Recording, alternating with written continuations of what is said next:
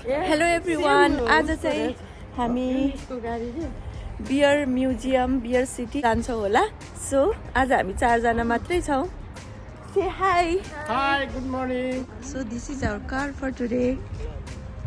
अब हामी सामान राख्दैछौँ। आज वेदर चाहिँ यस्तो खुलेकै छैन, ग्लुमी नै छ, चिसो चिसो नै छ।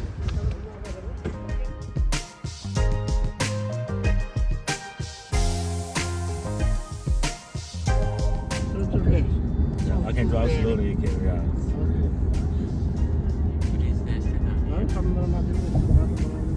Use six months. But sorry, 6 year. 6 year finish. That's to make it 6 years before. Yeah. So now it use 6 year finish hold the bridge.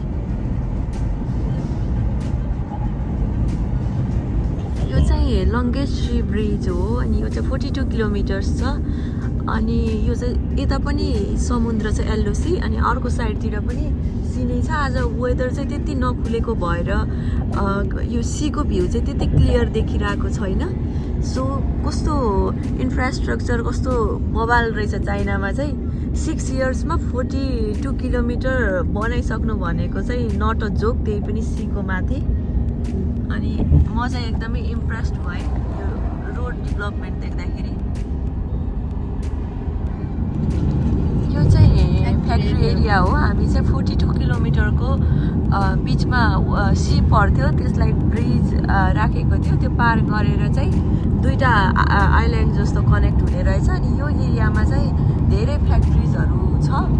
अनि ग्लास फ्याक्ट्री अघि हामी कट्यौँ। अनि सो यस्तो सामानहरू अनि ठुल्ठुलो हेभी ट्रकहरू चाहिँ यहाँ देख्न सकिन्छ।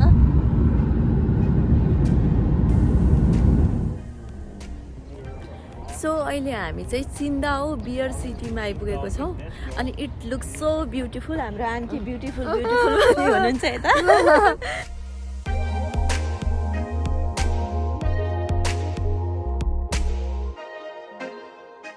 सो एकदम हामीलाई रमाइलो भइरहेछ। अनि यता बच्चाहरू जस्तै भएको छ। आन्टीको नाति मेरो एजको हुँदो रहेछ। अनि सो हामीलाई एकदम रमाइलो भइरहेछ। हामीलाई नि हावा त एकदमै चिसो चिसो छ।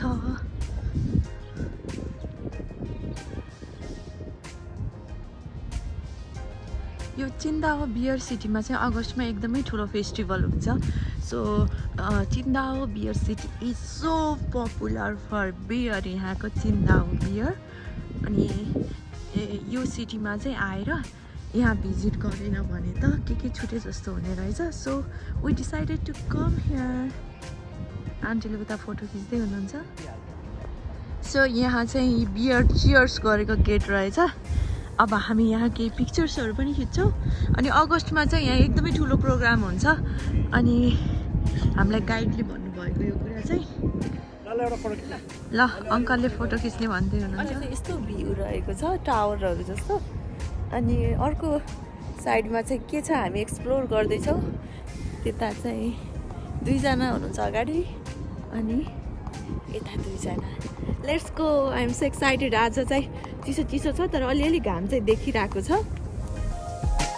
चिन्दाओ बियर सिटीको अलिकति हिस्ट्री भन्नुपर्दा 1903 मा जर्मनहरूले चाहिँ आफ्नो कन्ट्रीको ब्रु गर्ने स्टाइल फलो गरेर चाहिँ यो यहाँ चाहिँ एउटा बियर इन्डस्ट्री सेटअप गरेको थियो। अनि त्यही अनुसार अहिलेसम्म पनि यो बियर इन्डस्ट्री चाहिँ रन भइरहेको छ। र यो चिन्दाओ बियर चाहिँ एकदमै अफोर्डेबल पनि छ चाइनामा। अब चाहिँ हामी साउन्ड अफ फोनिक्स थिएटरतिर जाँदैछौँ। यो थिएटर चाहिँ यसको युनिक आर्किटेक्चरको लागि चाहिँ फेमस छ। अनि यो थिएटरकै साइडमा चाहिँ गोल्डन बिच छ। हामी यो थिएटर भिजिट गरिसकेपछि चाहिँ गोल्डन बिचतिर जानेछौँ। थिएटर चाहिँ भित्र क्लोज भएको हुनाले चाहिँ हामीले बाहिरबाट मात्रै भिजिट गऱ्यौँ। सो अब हामी चाहिँ गोल्डन बिचतिर जाँदैछौँ। सो हामी अहिले चाहिँ भेन्डिङ मेसिनको अगाडि छौँ। यहाँ चाहिँ केही ड्रिङ्क्सहरू छ, वाटर छ। यहाँ चाहिँ व्हिल चेयर एक्सेसिबल टोयलेट पनि रहेछ।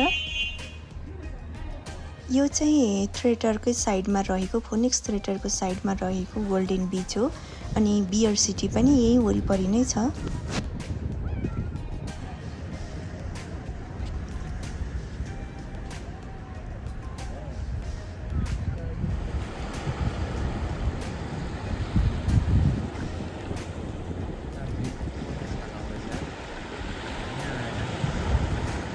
यो चाहिँ गोल्डन बीच एरियामा चाहिँ अलिअलि सनसाइन चाहिँ थियो तर एकदमै चिसो भएको हुनाले चाहिँ म चाहिँ विन्टर क्लोथ्समै गएको थिएँ।